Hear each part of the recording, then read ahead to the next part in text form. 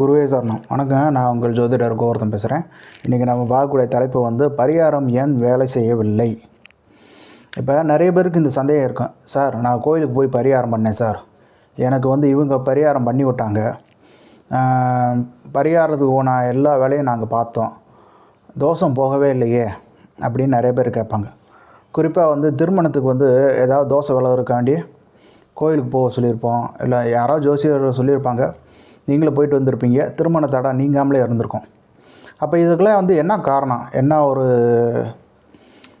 இதுன்னு சொல்லிட்டு நீங்கள் பார்த்தீங்கன்னா, வந்து பரிகாரம் செய்கிறோம்னா பரிகாரம் செய்யக்கூடிய நபர் அவர் எப்படி இருந்திருக்காரு, எப்படி இருக்கிறார் பரிகாரம் செய்கிறதுக்கு முன்னாடி.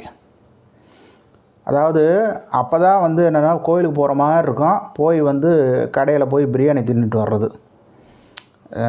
இது ரியாலிட்டி தான். எல்லோரும் வந்து இது பண்ணுறது இன்றைக்கி இருக்கக்கூடிய மனித வாழ்க்கையில் வந்து எல்லோரும் வந்து சகஜமாக வந்து இருக்கக்கூடியது தான். ஆனால் பரிகாரம் செய்யும்போது வந்து என்னென்னா 11 நாளைக்கு வந்து வெஜ்ஜு வந்து தான் சாப்பிடணும், நான்வெஜ்ஜு தொடவே கூடாது.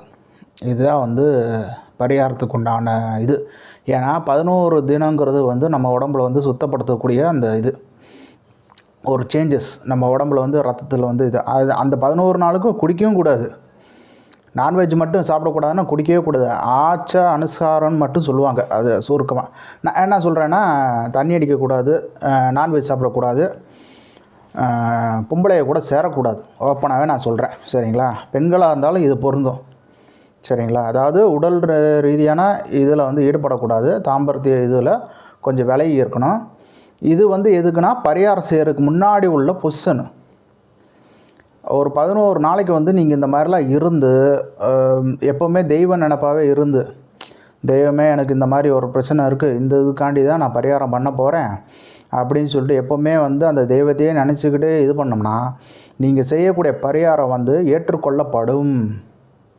அப்படின்னா என்ன அர்த்தம்னா, அவங்க வந்து தெய்வங்கள்லாம் வந்து என்னென்னா அவங்க வந்து ஏற்றுக்கிட்டு அந்த தடையை வந்து நீக்குவாங்க. இது எதுக்காண்டி இந்த பதிவுனா, நிறைய பேருக்கு வந்து திருமண தடை நிறையா இருக்கும்.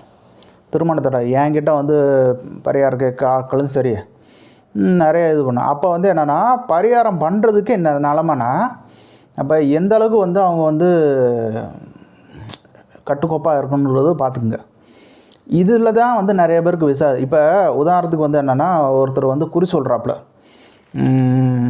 கிராமத்து ஏரியாவில் போனீங்கன்னா எங்கெல்லாம் குறி சொல்லுவாங்க. அவுட்ரு ஏரியாவில் போனால் சரி, ஆசிரமம் மாதிரி வச்சுருப்பாங்க, பீடம் மாதிரி வச்சுருப்பாங்க, குறி சொல்லிகிட்டு இருப்பாங்க. குறி மேடையை ஏறி அருவாள் மேலே ஏறி நின்று குறி சொல்கிறவங்க இருக்காங்க, குறி மேடையில் உட்காந்துக்கிட்டு பதில் சொல்கிறவங்களும் இருக்காங்க, தேங்காய் மேலே உட்காந்துக்கிட்டு பதில் சொல்கிற ஆட்களும் இருக்காங்க. உண்மையில் தேங்காய் மேலே உட்காந்துட்டு குறி சொல்கிற ஆட்களும் இருக்காங்க, சங்கை வச்சுட்டு குறி சொல்கிற ஆட்களும் இருக்காங்க. நான் குறி சொல்கிறது எல்லாமே பிரசனன்ற மாதிரி சொல்லிடுறேன். குறி சொல்கிறது, பிரசனம் சொல்கிறது, ஜாதகம் பார்த்து சொல்கிறது, எல்லாமே அந்த ஆட்கள் வந்து அவங்களுடைய தகுதி நிலை வந்து என்னென்னா, நான் இப்போ சொன்னதை விட அதிகமாக இருக்கணும். வாழ்க்கையில் வந்து நான்வெஜ்ஜை தொட்டிருக்கக்கூடாது. இப்போ ஒரு வயசு வரைக்கும் நான்வெஜ் சாப்பிட்றாங்க, அதுக்கப்புறம் வந்து நான்வெஜ் கம்ப்ளீட்டாக லிப்பாட்டிட்டு முழுக்க சைவத்துக்கு மாறிடணும். அவங்க ஆச்சாரம் அனுஷ்காரம் வந்து எந்த அளவுக்கு இருக்கணும்னா ரொம்ப பியூராக இருக்கணும். நான் சொல்கிறது வந்து லேடிஸுக்கு பொருந்தாது. லேடிஸுக்கு வந்து அவங்களுடைய சைக்கிளுக்கு தகுந்த மாதிரி வந்து சேஞ்ச் ஆகும். அந்த டயத்தில் மட்டும் நீங்கள் வந்து அந்த தெய்வத்தை மட்டும் டச் பண்ணாமல் இருந்தால் போதும். மற்ற நாளில் 5 நாள் 7 நாள் கூட எடுத்துங்க. நீங்கள் வந்து பழைய காலத்தில் வந்து ரிஷி முனிவரில் வாழ்ந்த காலத்தில் வந்து பார்த்தீங்கன்னா, பெண்களுக்கு வந்து தீட்டு நாள் வந்து 9 நாள் கணக்கு சொல்லுவாங்க. அந்த அளவுக்கு சுத்தபத்தமாக பார்த்துருக்காங்க. ஒரு அடி சைக்கிள் வருதுன்னா 9 நாளைக்கு வந்து விளையிடுவாங்க. அப்போ தனியாக தான் இருப்பாங்க. அப்போ அந்த அளவுக்கு வந்து சுத்தப்பட்டால் ஏன் வந்து பழைய காலத்தில் வந்து கிராமத்தில் தான் வந்து நிறைய இது இருந்தால், ஏன் வந்து வீட்டுக்கு வெளியில் இதில் தங்க வச்சாங்க? அந்த ஏஜ் அட்டன் பண்ணவங்களை சுருக்கமாக சொல்கிறேன். ஏஜ் அட்டன் பண்ணவங்களை ஏன் வந்து நடு வீட்டில் வந்து உட்கார வைக்கல? நடு வீடு வந்து அதாவது வீட்டுக்கு நடுவில் வந்து ரொம்ப சுத்தமாக இருக்கணும். இப்போ ஒரு பொண்ணு வந்து ஏஜ் அட்டன் பண்ணிட்டாங்கன்னா வீடை வந்து நல்லா சுத்தப்படுத்தணும். டெய்லி வந்து தண்ணி ஊற்றி அலசணும். மார்பிள் கல் சார்ந்தால் நீங்கள் மாப்பு கூட போட்டுக்கலாம், ஒன்றும் பிரச்சனை இல்லை. டெய்லி வந்து அதை சுத்தப்படுத்திகிட்டே இருக்கணும். யூஸ் பண்ணக்கூடிய பாத்திரங்கள் எல்லாத்தையும் வந்து கழுவி வைக்கணும். இருக்கக்கூடிய துணிகள், அதாவது பெட்ஷீடு அது இதெல்லாம் இருக்குன்னா வாஷ் பண்ணிவிட்டு இது பண்ணால் அவங்க வந்து அந்த வீட்டை விட்டு வெளியே உட்காந்துருவாங்க. அவங்க அங்கேயே தான் இருப்பாங்க, வீட்டு புறவாசல்லையே தான் இருப்பாங்க. பேக் அண்டு என்ட்ரியில் தான் அவங்க இருப்பாங்க. அவங்க நடு வீட்டில் வரமாட்டாங்க. அவங்க எப்போ நடு வீட்டில் வருவாங்க, அதாவது வீட்டுக்குள்ளே எப்போ என்ட்ரி ஆவாங்க, அந்த சடங்கு முடிஞ்சதுக்கப்புறம் தான் அவங்க அந்த என்ட்ரியே வருவாங்க. அது வரைக்கும் வரமாட்டாங்க. அப்போ அவங்களுக்கு வந்து வீட்டுக்கு தூரம்னாலும் அந்த அந்த மாதிரி தான் ஃபாலோ பண்ணிட்டு இருந்தாங்க கிராமத்தில் நிறைய இதில். இப்போ நிறைய மாறி போச்சு. இப்போ இது மாறி போனனால வந்து என்னென்னா, பரிகாரம் செய்யக்கூடிய டாபிக் வந்து அந்த தகுதி நிலை வந்து கம்ப்ளீட்டாக மாறிடுச்சு. எல்லோரும் மறந்துட்டாங்க. அப்போ வீட்டுக்குள்ளே வர்றதுக்கு இந்தளவுக்கு யோசிக்கிறவங்க, அப்போ கோவில் பரிகாரத்துக்கு எந்த அளவுக்கு அவங்க பார்க்கணும். அப்போ நிறைய பேர் என்ன சொல்லுவாங்க, அதெல்லாம் மன சுத்தம் தான் வேணும், உடல் சுத்தம்லாம் தேவை. அது வந்து தாந்திரிகம். அந்த மாதிரி பேசக்கூடிய ஆட்கள் வந்து தாந்திரியத்தை பற்றி பேசக்கூடிய ஆட்கள். இந்த ஷார்ட்கட் மெத்தட்னு சொல்கிறாங்க பாருங்கள், இந்த கட் பண்ணிவிட்டு ஷார்ட்கட்டில் வர்றது, இது எல்லாமே தாந்திரிய பரிகாரங்கள். இந்த தாந்திரிய பரிகாரங்கள் பேசக்கூடிய ஆட்களை தான் வந்து கெடுத்து விட்டாங்க. உண்மையில் சொல்லப்போனால் அதுதான் தாந்திரிய பரிகாரங்கள் வந்து எனக்கு ஓரளவுக்கு தான் வந்து நம்பிக்கை இருக்குது. அது எப்போவுமே வந்து சைடு எஃபெக்ட், அதாவது வந்து என்னென்னா, ஒரு வீட்டில் வந்து தீட்டாயிருக்குன்னா அதெல்லாம் ஒன்றும் தப்பு இல்லை அப்படின்னு சொல்லி பேசக்கூடிய ஆட்கள் எல்லாமே தாந்திரிய பரிகாரத்தை அதிகமாக ஃபாலோ பண்ணுறாங்க. எனக்கு தெரிந்த என்னோடய இதில் வந்து என்னென்னா, ஒரு லேடி அஸ்ட்ராலஜர் வந்து இருந்தாங்க. அவங்க இப்போ தான் வந்து கொஞ்சம் கொஞ்சமாக வராங்க ஃபீல்டுக்கு. அப்போ அவங்ககிட்ட வந்து பேசும்போது வந்து என்னென்னா, நான்வெஜ்ஜில் சாப்பிடக்கூடாதான்னு என்கிட்ட ஒரு வார்த்தை கேட்குறாங்க. ஏம்மா ஜோசிய ஃபீல்டு வந்துட்டு என்னம்மா நான்வெஜ்ஜில் சாப்பிடக்கூடாதான்னு கேட்குறீங்க, என்னம்மா அப்படின்னு கேட்டாங்கன்னா, இல்லை அதெல்லாம் சாப்பிட்லாம், எங்கள் குருமாரில் அப்படி தான் சொல்லிட்டு இருந்தாங்க. அப்படிலாம் கிடையாது. என்னென்னா, நான்வெஜ் சாப்பிடாமல் இருந்தீங்கன்னா உங்களுக்கு வந்து சில நெகட்டிவ் பாசிட்டிவ் எனர்ஜி வந்து ஃபீல் பண்ணக்கூடிய அந்த இது வந்து உங்களுக்கு கொடுத்துரும். இதை வந்து அக்செப்ட் பண்ணி தான் ஆகணும். நீங்கள் நான்வெஜ் சாப்பிடாமல் இருந்தால் தான் சில விஷயங்கள் வந்து நீங்கள் ஃபீல் பண்ண முடியும். அதுக்காண்டி தான் வந்து என்ன, நான்வெஜ் அவாய்ட் பண்ணுங்கள், சைவத்துக்கு மாறுன்னு சொன்னாங்க. சைவங்கிறது வந்து என்னென்னா, வெளியில் ஹோட்டலில் சாப்பிட்றது கிடையாது. நீங்கள் இன்றைக்கே கிராமத்தில் ஆட்கள் வந்து நிறைய பேரை வந்து நீங்கள் வந்து போய் பார்த்தீங்கன்னா, யாருமே வந்து வெளியே சாப்பிடவே மாட்டாங்க, டீ கூட குடிக்கவே மாட்டாங்க. ஈவன் நான் கூட வந்து வெளியே போய் சாப்பிடவே மாட்டேன், முடிஞ்ச அளவுக்கு அவாய்ட் பண்ணிடுவேன். தண்ணி பாட்டில் வந்து குடிப்பேன். ரொம்ப அதிகபட்சம் 2-3 நாள் ஆகுது அப்படி இப்படின்னா, ஏதாவது ஜென்ஸ் இருக்கக்கூடிய ஏதாவது ஒரு கடையில் சுத்தபத்தமாக இருக்காங்களா இல்லையான்ற மாதிரி பார்த்துட்டு ஒரு டீ மட்டும் சாப்பிடுவேன், அவ்வளோதான். அது பேப்பர் கப்பில் தான், கிளாஸ்லலாம் சாப்பிட மாட்டேன். இந்த ஐயப்ப சாமிக்கு மாலை போடுறான் பாருங்க, அதுதான் உங்களுக்கு பெஸ்ட்டு எக்ஸாம்பிள் வந்து அதுதான். ஒரு ஜோசியராக இருக்கிறதோ, குறி சொல்கிறவரோ, இல்லைன்னா வந்து ஒரு பிரச்சனை பார்க்கக்கூடிய யாருக்காவோ, பிரச்சனை கர்த்தாவோ, எல்லாமே இந்த கேட்டகரிக்குள்ளே தான் வருவாங்க. எல்லாருமே இந்த மாதிரி தான் ஃபாலோ பண்ணணும். இப்படி ஃபாலோ பண்ணி அவங்க கையால் நீங்கள் பரிகாரம் பண்ணும்போது வந்து என்னென்னா, அந்த பரிகாரம் பலிக்கும். அப்போ தான் அந்த தோசை விலகும். சில பேர் வந்து தோசை விலகிறக்காண்டி இது பண்ணுவாங்க. நானே வந்து என்னோடய கிளைண்ட்லேயே வந்து சில பேருக்கு வந்து நானே நேரடியாக வந்து பண்ணுற மாதிரிலாம் சொல்லுவாங்க. அப்போ நான் சொல்லும்போது வந்து என்னென்னா, என்னோடய கண்டிஷன் வந்து என்னென்னா, நீங்கள் 10 நாளைக்கு நான்வெஜ் தொடவே கூடாதுன்னு சொல்லிடுவேன். சரி, அவங்க வந்து நம்மளை ஏமாத்துறாங்க இல்லையானா எனக்கு தெரிஞ்சிடும், அது நான் கண்டுபிடிச்சிடுவேன். அந்த விஷயத்தில் வந்து இது பண்ண வேணாம். நான் வந்து அந்த நேரத்தில் வந்து என்ன இருக்கோ அது கண்டுபிடிச்சிடலாம். அவங்க நான்வெஜ் சாப்பிட்டாங்களா இல்லையா, உண்மையாக தான் பேசுகிறாங்களா, பொய் பேசுகிறாங்களா, அந்த மாதிரி விஷயங்கள்லாம் வந்து கண்டுபிடிச்சிடலாம். அதுக்குன்னு வந்து சில ட்ரைனிங்கில் இருக்குது, அதெல்லாம் வந்து எடுத்து தான் உட்காந்துருக்கேன், சும்மா ஒன்றும் இல்லை. அப்போ ஒரு பரிகாரம் பண்ணுறதுக்கும் தகுதி நிலைகள் உண்டு, ஒரு பரிகாரம் கழித்து விடுற ஆட்களுக்கும் தகுதி நிலைகள் உண்டு. தெய்வத்துக்கு சம்மந்தமான ஏதாவது ஒரு விஷயத்தை வந்து நம்ம பண்ணுறோம்னா அதுக்கு இதுதான் தகுதி, இதுதான் தராத நிலைன்ற ஒன்று இருக்குது. நான் வந்து ரொம்ப சிம்பிளாக புரிய வருது. அதுதான் ஐயப்ப சாமிக்கு மாலை போடுறவங்க அவங்களுடைய நிலைமை எப்படின்னா, ஐயப்ப சாமி மாலைக்கு போடுறவங்கன்னா அவங்க சாப்பாடு எப்போவுமே தனித்தனியாக தான் இருக்கும். தீட்டான பெண்கள் வந்து அந்த வீட்டுக்குள்ளே இருக்க மாட்டாங்க, தனியாக தான் இருப்பாங்க.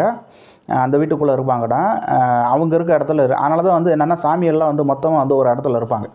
அவங்க அங்கேயே தான் சாப்பிட்டுட்டு அங்கேயே தான் தூங்கிட்டு இருப்பாங்க. சில பேர் வந்து என்னென்னா, மாலை போட்டாங்கன்னா அவங்க அந்த சத்திரத்துக்கு தனியாக மண்டபம் ஒதுக்கிடுவாங்க. 48 நாளைக்கு அங்கேயே வந்து ஸ்டே பண்ணிக்குவாங்க. இந்த வயசு பொண்ணெல்லாம் வீட்டில் இருந்தாங்கன்னா அவங்க சுத்தபத்தமாக இருக்க மாட்டாங்கன்னு சொல்லிட்டு நேராக இங்கே வந்துடுவாங்க. வயசு பயலும் அப்படி தான். சுத்தபத்தம்னா வந்து என்னென்னா, மன ரீதியாக கூட பெண்களை நினச்சி பார்க்கக்கூடாது. பெண்களுக்கு அது மாதிரி மன ரீதியாக கூட ஆண்களை நினச்சி பார்க்கக்கூடாது. சுருக்கமாக சொல்ல போகிறோன்னா அது அந்த இது என்னது, உக்கர தெய்வத்தை வந்து வழிபாடு பண்ணுவது. குறிப்பாக வந்து காளி தேவி, மா காளி, அவங்கள வந்து உபாசனை எடுக்கிறதுக்கு வந்து 12 நாள் ஆகும். 12 நாள். அந்த 12 நாளைக்கு வந்து ஆண்களாக இருந்தால் பெண்கள் முகத்தை வந்து முழிக்கக்கூடாது, பெண்களாக இருந்தால் ஆண்கள் முகத்தில் முழிக்கக்கூடாது. அந்த மாதிரி இருந்து உபாசனை எடுக்கும்போது தான் காளி மாதா வந்து தரிசனம் வந்து கொடுப்பாங்க. அப்போ தான் வந்து இதுதான் வந்து உண்மையான உபாசகருக்கு வந்து தகுதி நிலை. அப்போ ஏன் பார்க்கக்கூடாது? ஒரு ஃபோனில் ஆடியோ கூட கேட்கக்கூடாது. ஃபோனில் பொம்பளை படமே பார்க்க. அப்போ 12 நாளைக்கு எப்படி இருக்கணும்? ரொம்ப காட்டுக்குள்ளே இருந்த தவம் இருக்க ஒரு தவ கோலம் தான். அந்த அளவுக்கு இருந்தால் தான் அந்த காளி மாதா அவங்க வந்து அந்த தரிசனம் வந்து கொடுப்பாங்க. எல்லோரும் கொடுக்க மாட்டாங்க. அப்போ அந்த எப்போவுமே வந்து அந்த அவங்க உபாசனா நாட்கள் மட்டும். அப்போ என்ன, எதுக்கு வந்து காளி மாதாவை வந்து உபாசனை பண்ணணுன்னா, சில விஷயங்களுக்கு வந்து காளி மாதாவோட உபாசனை வந்து தேவைப்படும். சில நேட்டிவ் எனர்ஜியில் வெட்டுறதுக்காடியே கண்டிப்பாக தேவைப்படும். இது உங்களுக்கு நம்பிக்கை இருக்கலன்னு தெரியல. அவங்களுக்கு வந்து இந்த செய்வின பாதிப்பு, பில்லி சூனியம், அப்புறம் வந்து இன்னும் சில நேட்டிவ்ஸ் எல்லாம் இருக்குது. அதை விரட்டுறதுக்கு வந்து காளி மாதா அது வந்து கரெக்டான இது. அந்த உபாசகர்கிட்ட வந்து எந்த கெட்டதும் வரவே வராது. கெட்டதுன்னா அந்த கெட்டது வராது, அதேமாதிரி நல்லதும் வராது. பணம் காசும் வராது. தேவைக்கான பணம் காசு மட்டும்தான் வரும். மகாலட்சுமி வரமாட்டாங்க பக்கத்தில். இது ஒரு இதுதான். அப்போ பணம் காசே முக்கியம் இல்லைன்னா கூட அப்போ காளி மாதாவை வந்து எந்தளவுக்கு கும்பிட்ற ஆட்களும் இருக்காங்க. காளி மாதாவோட மறு உருவம் தான் வந்து ஆதிபராசக்தி, மேல்மருவத்தூர் பராசக்தி எல்லாருமே வந்து அதோட சுயரூபங்கள் தான். அதோட பேர் தான் மாறுத வழியே எல்லாத்துக்கும் ஒரே அமைப்பு தான். சாந்தமாக இருக்கனால தான் வந்து பெண்கள் அங்கே வந்து நிறைய கும்பிட்றாங்க. ரொம்ப உக்கரமாக இருந்தாங்கன்னா நிறைய பேர் இது பண்ண மாட்டேன், பயப்படுவாங்க. உபாசனை எடுக்கிறதுக்கே பயப்படுவாங்க. நான் சொன்ன தகுதி நிலை நினச்சி பாருங்கள். இதுதான் வந்து பரிகாரம் செய்கிறதுக்கும் அதே தகுதி நிலை தான். பரிகாரம் செய்து விடுறவரும் அதை உண்மையான ஜோசியரோ இல்லை உண்மைன்லாம் இல்லை, ரொம்ப பின்பற்றுறவங்க அந்த ஜோசிய அந்த ஃபீல்டுக்கு வந்து அவர் தன்னை அர்ப்பணிக்கிற மாதிரி இருக்கிறான்னு வெளியில் சாப்பிட மாட்டாங்க. ஜோசியரோ, சோழி பிரசனம் பார்க்குறவங்களோ, குறி சொல்கிறவங்களோ, பிரசனகர்த்தாவோ, தெய்வஞானியோ, அஷ்டமங்கல பிரசன ஆட்கள் பார்க்குறவங்க யாராக இருந்தாலும் வந்து வெளியே சாப்பிடவே மாட்டாங்க. அப்போ எப்படி சார் வாழ்க்கையை சர்வே பண்ணுறாங்கன்னா, அப்படி தான். எங்கே போனாலும் ஸ்டவ்வு இதெல்லாம் எடுத்துகிட்டு போவாங்க. காரில் இருந்தால் ஸ்டவ்வெல்லாம் எடுத்துகிட்டு போயிடுவாங்க. அவங்களுக்கு தேவையானது வந்து ஒரு சின்ன சோறு வச்சு இது பண்ணிக்குவாங்க. கஞ்சி தண்ணி தான் குடிப்பாங்க. நான் சொல்கிறதெல்லாம் ரியாலிட்டிங்க. நான் வந்து சும்மா அடிச்சு விட்டு போகிற ஆட்கள் கிடையாது. இந்த மாதிரி இருக்கனால தான் வந்து அந்த வாக்கு பலிதம் வர்றது காரணம் அதுதான். இந்த அளவுக்கு இருக்கணும் வாழ்க்கையில். அப்போ வீட்டில் வந்து பெண்கள் ஒய்ஃபெல்லாம் வந்து இருக்காங்க, இருக்காங்க, ஹஸ்பண்ட் இருக்காங்க, அவங்களாம் இருக்காங்கன்னா அவங்க எங்கேயாவது போய் தப்பு பண்ணிட்டாங்க. தப்பு பண்ணுறதுன்னா என்னன்னா ஹஸ்பண்ட் வந்து என்னென்னா தண்ணி அடிச்சுட்டு வர்றதும் ஒரு விதமான தப்பு தான். தண்ணி அடிச்சுட்டு வீட்டில் தண்ணி அடிச்சுட்டு இது பண்ணிகிட்டு இருந்தானா அந்த ஸ்மெல்லு வந்து அங்கே தான் சுற்றிட்டு இருக்கோம். நம்ம அப்போ தான் பூஜை பண்ணிகிட்டு இருப்போம். அதெல்லாம் வந்து பார்க்கணும்ல. அப்போ தனியாக இருக்கணும். தனியாக இருக்கும்போது தான் அதெல்லாம் வந்து நடக்கும். அதனால தான் நிறைய பேர் வந்து இந்த ஃபீல்டில் வந்து ஜெயிக்காத காரணமே அதுதான். சொன்ன வாக்கு பழிக்க மாட்டேது, ஃபீல்டில் ஜெயிக்காமல் இருக்க காரணம் வந்து என்னென்னா தீட்டுப்பாடு. இது எல்லாமே சுருக்கமாக சொல்ல போனால் தீட்டுப்பாடுன்னு சொல்லுவாங்க. ஓகே மக்களை, மீண்டும் ஒரு பதிவில் சந்திப்போம். மிக நன்றி, வணக்கம்.